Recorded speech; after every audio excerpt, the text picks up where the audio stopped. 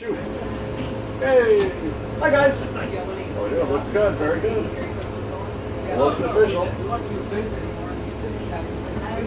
Up with here for shipping and manufacturing and warehousing.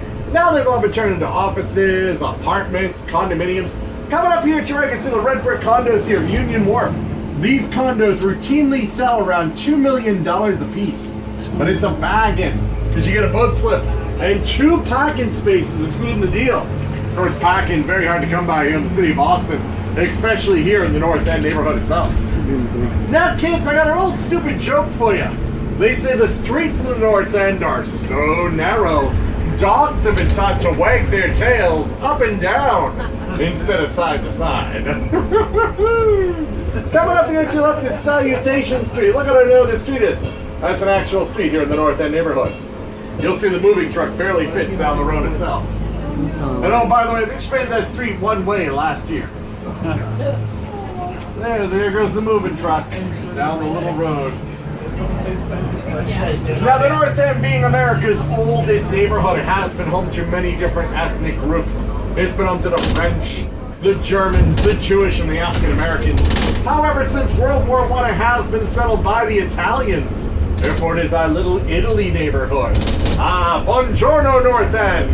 Now, there's 2 streets you need to know here in the North End of Boston. One is called Salem Street, the other is called Hanover Street. Now, between these 2 streets, you're going to find over 100 different Italiano restaurantes, pastry shops, and cafes. Paul Revere never made it. He made it about halfway. He was captured by the British Patrol. They made him walk all the way back to Boston. William Dawes, the brave second rider, he was riding on his horse, smashed his face right off a tree branch. He lay unconscious in a ditch all night long. Now, the only rider to make it to Lexington, Dr. Samuel Prescott. So in actuality, kids, the Midnight Ride of Paul Revere really should have been called the Midnight Ride of Dr. Samuel Prescott. Now, next stop is coming up here. This is going to be stop number 3. It's going to be for the Old Door Church. You want to head up to the Old Door Church, go ramp Hall Street here to your left. See the red strip, the sidewalk, that's the Freedom Trail fall. Right up the hill, brings you right to the Old Door Church. This is stop number 3. That defines our beautiful city. Now look over there to your right, you can see the yellow crane. Estamos en Look to Boston, the left aquí of that yellow crane. You're going to be able to see the 3 wooden masts of the ship. And that ship is the USS Constitution. Más turístico. Now she is America's oldest fully commissioned naval war vessel. Aquí con mi Now to retain that esposa, mi commission hijo, ship, she must mi hermano y mis sail sobrinos 1 nautical mile Boston. each Hemos year. venido de Nueva York Every year a on the pasar 4th of July, momento a conocer esta America's ciudad. birthday. Estamos haciendo un recorrido en un bus turístico. They fire a 21 gun salute from her cannons, and then they sail her back 1/2 nautical mile. Now she does have a nickname. The nickname, of course, being that of Old Ironsides. Now she gets that nickname because during the War of 1812, she was actually having a battle off the coast of Nova Scotia with the British ship, the HMS Guerriere. Well, she actually sank the Guerriere in less than 35 minutes because the Guerriere's cannonballs, well, they were bouncing right off her sides. And as they were plucking the British sailors from the water, you could hear them yell, "Huzzah! These sides must be made of iron." Except they yelled with the British accent. I can only yell with the bad French accent. Well, in actuality, kids, her sides are not even made out of iron. They're actually made out of 18 to 21 inch thick live Georgia oak. Now, there is a small thin layer of copper on her sides. That was put there by guess who? Paul Revere's copper mill. That's just there to protect her from sea worms. Now, in just a moment, kids, we're going to be coming up here to our next stop. And our next stop is stop number 4, and it is for the Charlestown Navy Yard. Now, unfortunately, you cannot go on board the USS Constitution until after 2:30 in the afternoon. So you got to wait about another 40 minutes.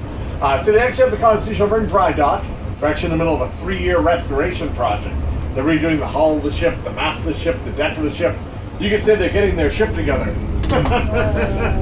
There's another ship here called the USS Cass and Young. It's a World War II destroyer ship. They'll give you a free tour of that ship all day long. And the Constitution Museum is here as well. That's free as well. Everything here is actually free. It's paid for by your United States tax dollars. So if you want to go to the museum first, by the time you're done with that, you can go right on board the Constitution. This is our next stop. Stop number 4, the Navy Yard. Now, there were plans on building a 7th boat called the USS Constipation, but production is backed up. Oh. another historical area here in Charlestown. In fact, it is marked with a rather large monument. Look over there to your right, you see that tall monument there. Looks a lot like the George Washington Monument in Washington, D.C., but it's not. That is the Bunker Hill Monument. Now, the Bunker Hill Monument does stand 221 feet tall.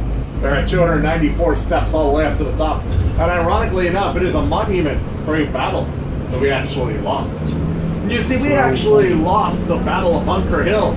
It was a strategic victory for the British, but it was a moral victory for the colonists.